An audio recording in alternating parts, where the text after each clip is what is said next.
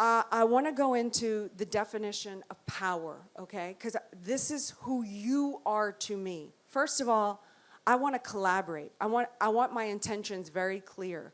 I want to collaborate. I'm ready to build an army of women who are willing to take on the responsibility for the power that you possess within you, who are willing to own it, to be willing to stop thinking of yourself as a weak-minded little girl and to be a woman and own that power and to go out and to make a difference and be impactful in the world and lead change. So that is who you are for being here today.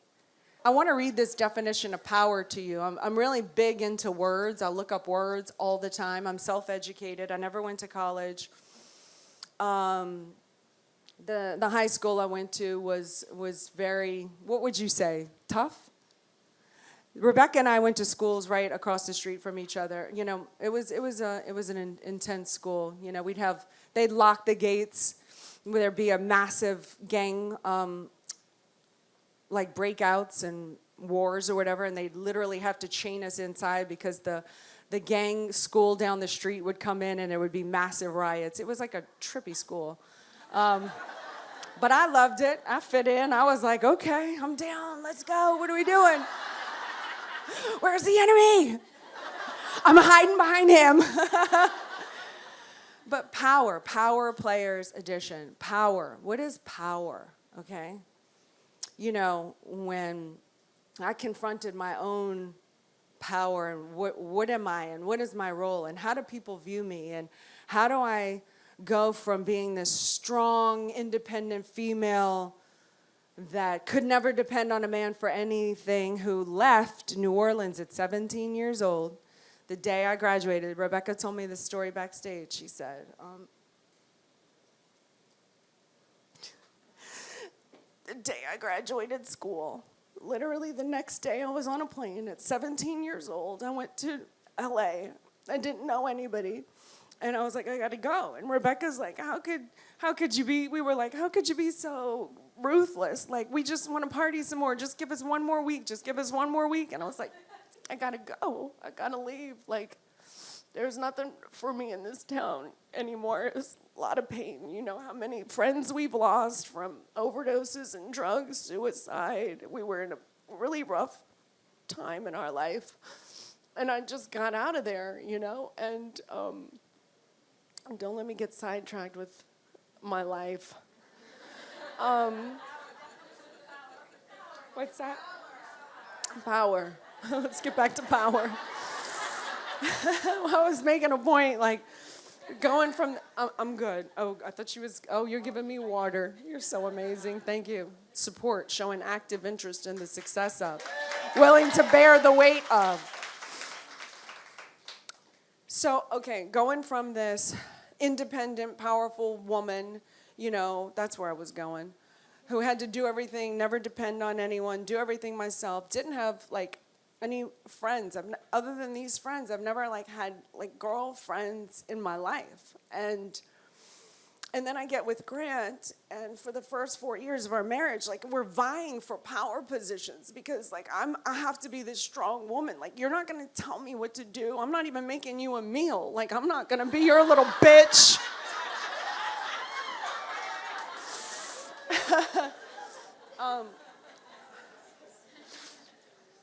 So I've had to make some transformations, you know? Like, I had to analyze, like, well, what does it mean to be, like, the supporting person, the supporting role? Like, I'm an actress. Like, like, I am the spotlight. I have supported myself. I have bought my own house and cars, and I've never needed you for anything.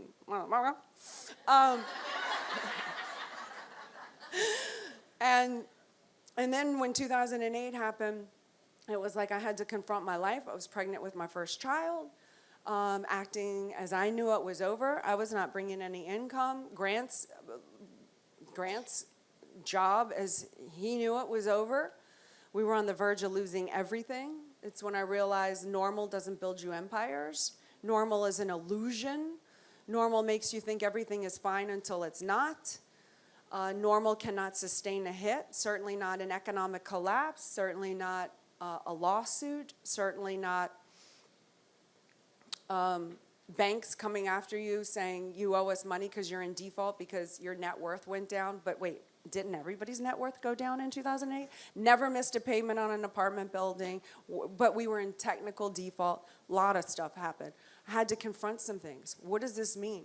What does it mean for me to leave what I knew to now support a man and put everything that I had behind him in order to build this creation of this vision that I had back then called an empire? Like, it didn't exist back then. This was like, we were on the verge of losing it all. How do I gain enough power in my vision, in myself, to turn this into the vision that I saw today? You know, how does that happen? And I've had to do a lot of soul searching. I've had to make a lot of changes. I've had to really look at what does it mean, and what am I willing to accept, and how am I willing to look outside of the box and not be pigeonholed into what I think everyone thinks of me and just do me. Took a lot of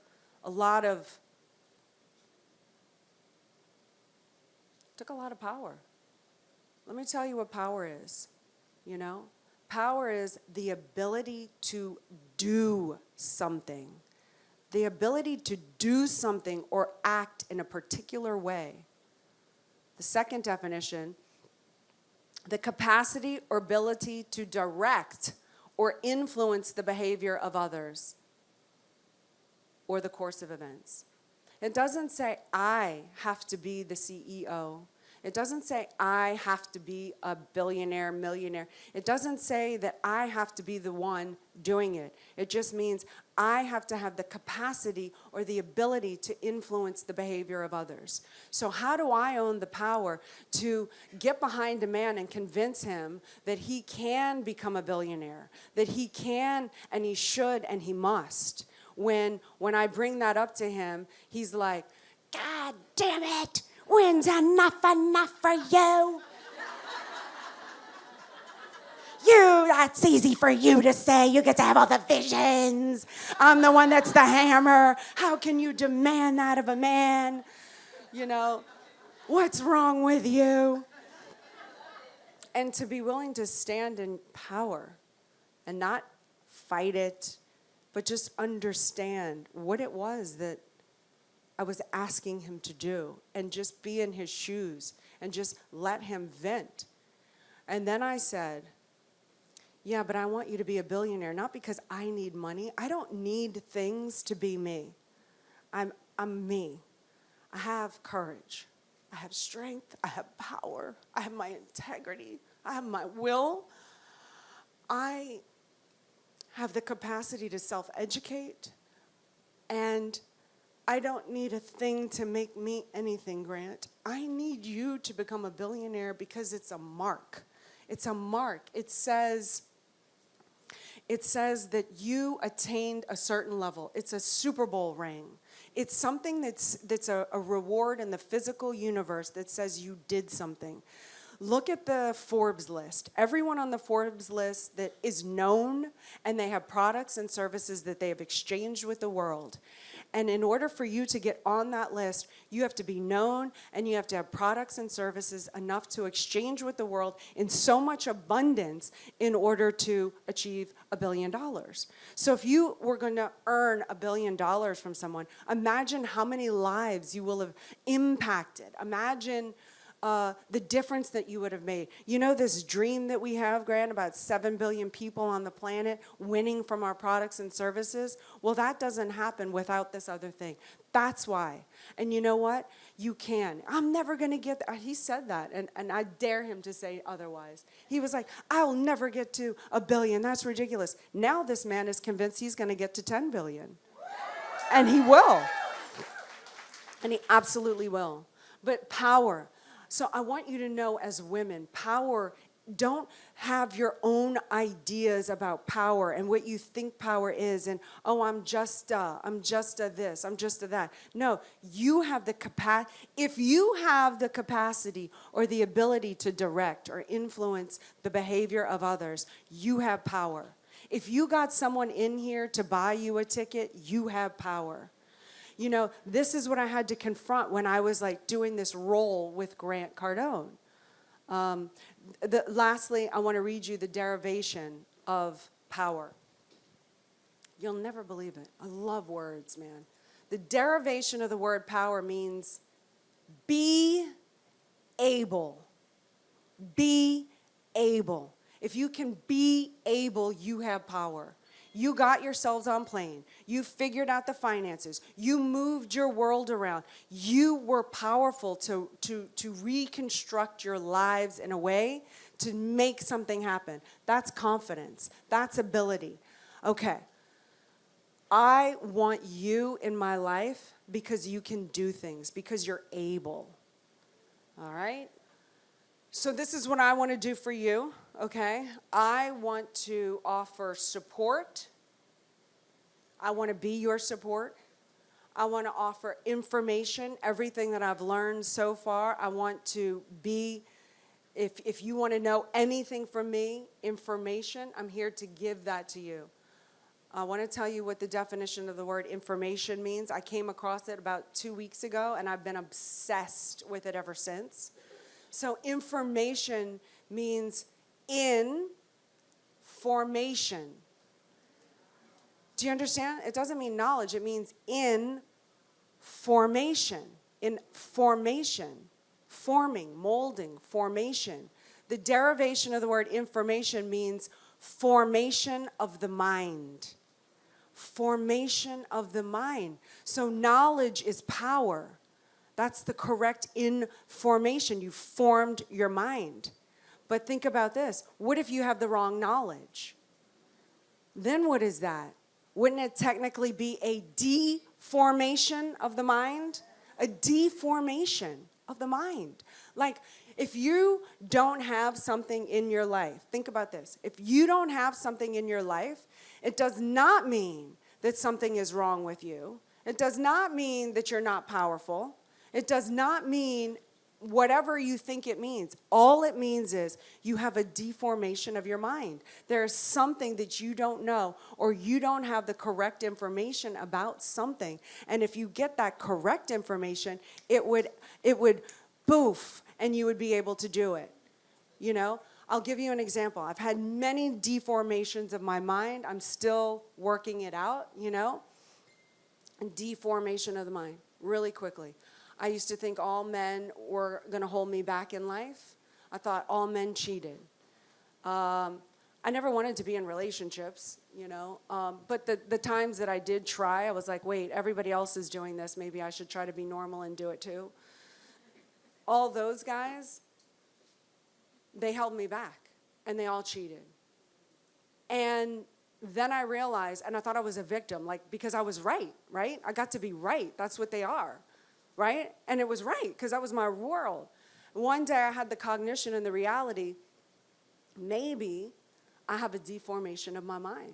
Maybe not all men. You think out of 7 billion people, all men are like going to hold you back and cheat? No. So can I just be open to the possibility that there could be a man out there that could lift me to a heightened level of success? You know what I'm saying? That could be in a monogamous relationship with me? And I didn't believe it at the time. I was just open to the idea of it. And I met Grant right away. And that was an example of one. Money, okay? Money was another thing. Like, we never had money. And I used to think, when we were punk rock, you remember? And so people with money to me were like the rich people, like, you know, the rich people. Like, they sucked, you know? You know, we were punk rock, you know. We had our shaved heads and our dyed hair, and, you know, we were slam dancing and stage diving, and, like, we don't like rich people. Like, we'll spray paint your building, rich person. I'm not wearing graffiti. Now I'm paying Dolce & Gabbana a lot of money for the spray paint that we did. So a deformation of the mind, you know. And then I realized, well, I'm going off into life trying to make money, but I could never break the ceiling, because I felt like And when I had this cognition that if I have money, I would put myself in that category that I always thought that I couldn't be in, because I owed myself to this other group, you know? And that money made you greedy, or money made you a sellout or uncool. So no matter how high I would go, something in my life would always happen and knock it back down. I could never get higher until I actually looked at that and studied it. And I thought, okay, I have to change this. Money doesn't make you greedy. What's the opposite? Where could I go with it? Money could give me the ability to be more generous, to be more me. Money, you know, could give me more opportunities, whatever. So my point to the information thing is, right now in your life, if there's one thing, and if you have notes and you want to take notes and you want to go back to this for later, this would be an exercise I'd be really interested to see. Write down one area or one thing in your life where you don't have the blank or the whatever. And then I want you to analyze, and you don't have to do it now, but I want you to analyze, what is it that you're telling yourself about that specific area? Like, what is it? Like, I don't know what it is. I don't know what your thing is. But I want you to analyze, what is it that you're telling yourself, making yourself right about this? And you know you'll be really right about it because your whole life will support you in being right on that. But I want you to get to that one little lie. It's a lie. It's a deformation of the mind. I want you to be honest and real and find that one little lie that you've been telling yourself. And then figure out the opposite and how you could just spin it and be open to that opportunity. You know, just be open to that opportunity.